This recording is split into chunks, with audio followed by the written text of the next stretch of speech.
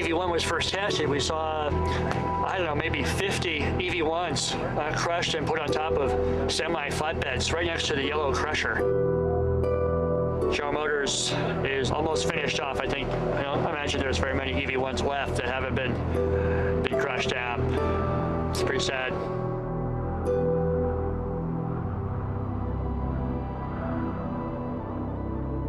They're one of four things that will happen with the EV1s. They'll go to colleges and universities, to engineering schools. They'll go to museums and other displays across the country. Other EV1 vehicles are being driven by our engineers, and the other option for the EV1s at the end of their life is recycling. But know that every part of the EV1 is going to be recycled, dismantled through a third party, and then reused. Everything is going to be recycled. We're not just going to crush it and send it off to a landfill.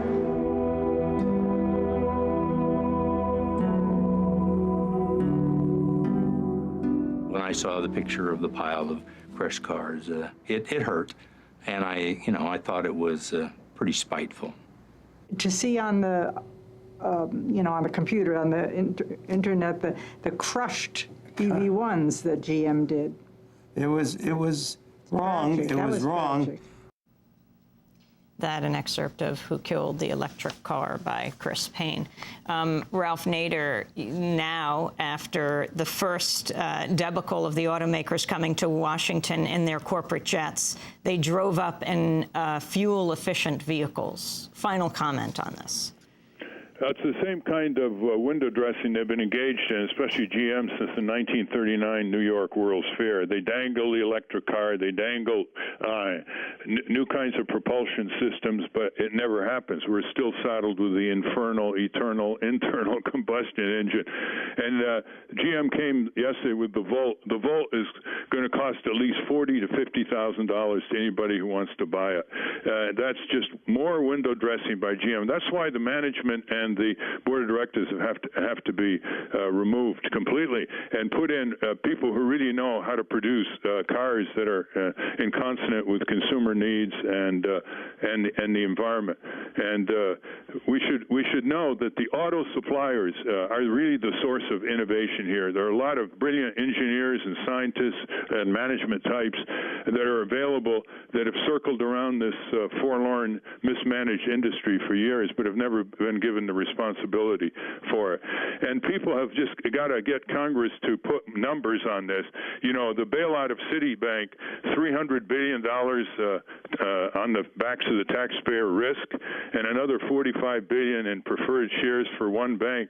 This so-called bailout could only cost $10 billion if it works, for example, of the taxpayer.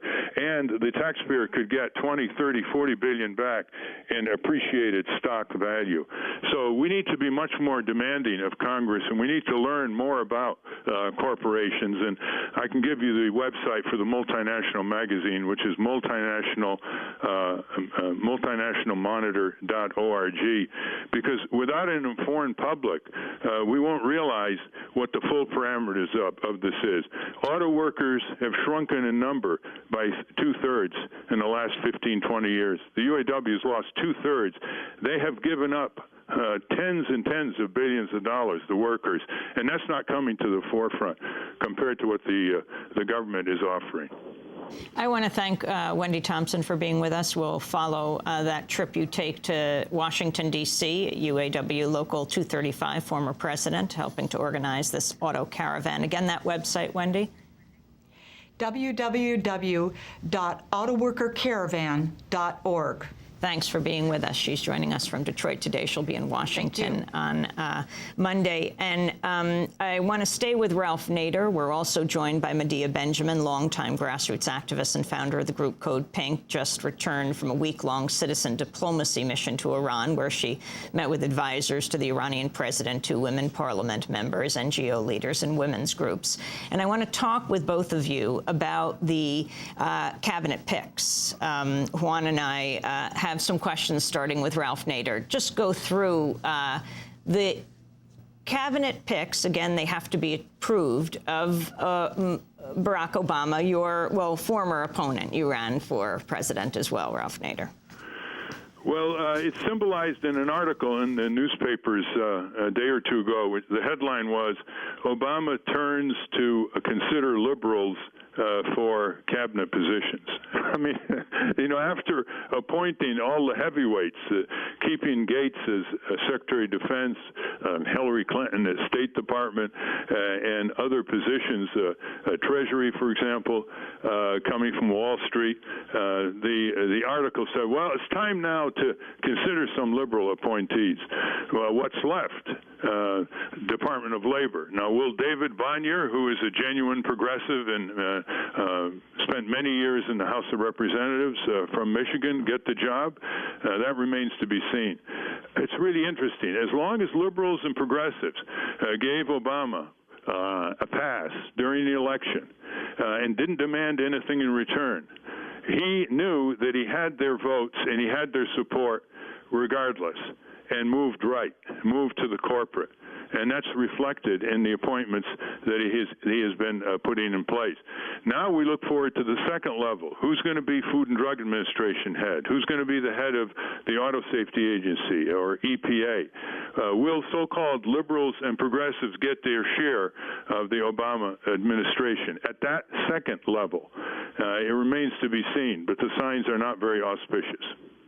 Well, the New York Times was reporting today that he may name California Congressman Javier Becerra to be the U.S. trade representative, and Becerra has been a critic of free trade agreements in the past.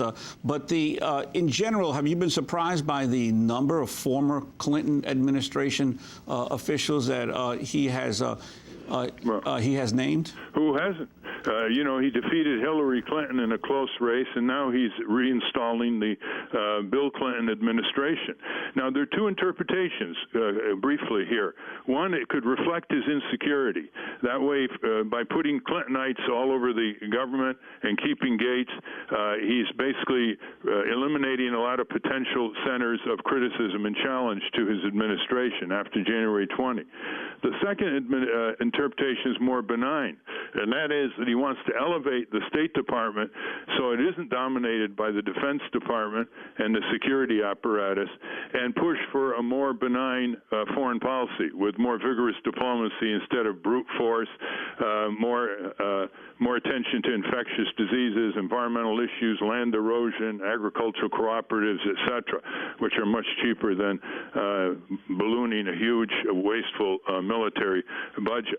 And if that is his goal, then the fact that he's put Gates there for at least a year means that there isn't a new Secretary of Defense to build up a powerful base to dominate State Department, and putting Hillary, who's a world-recognized figure, regardless of her policies, into State Department, which will elevate the State Department. That's the more benign approach, but we'll see how it plays out. What about Marine General Jim Jones, nominated as National Security Advisor? Interestingly, President Bush's first National Security Advisor, of course, was Condoleezza Rice. She came from the board of Chevron. That's exactly where Marine General Jim Jones comes from. Jim Jones comes from Chevron and the board of Boeing, and the chief executive of the U.S. Chamber of Commerce's Institute for 21st Century Energy, which has been criticized by environmental groups for, among other things, calling for the immediate expansion of domestic oil and gas production and issuing reports that challenge the use of the Clean Air Act to combat global warming. Well, Jim Jones is basically the representative of what President Eisenhower cautioned us about, the military-industrial complex. He's experienced, he's clever, and now he's in the White House. So the question is, who's going to run what? Is Obama going to transform Jim Jones? Is Obama going to transform all these establishment appointees? Or are they going to, in effect, transform him in contrast to his more liberal rhetoric? It's very hard to appoint people with fixed opinions, fixed constituencies around the country of vested power, and say, well, we're going to use these to change America, because if they change, that will give great credibility, and that will offset the corporate power structure from Washington, D.C. You know, that's never been done before, Amy. Usually when you appoint people who have fixed positions, who have experience in set ways, who represent the power structure, they're not about to be steered into a progressive path of hope and change by someone at the top in the Oval Office. Well, Medea, you just returned. Medea Benjamin, you just returned from Iran and with conversations with various people.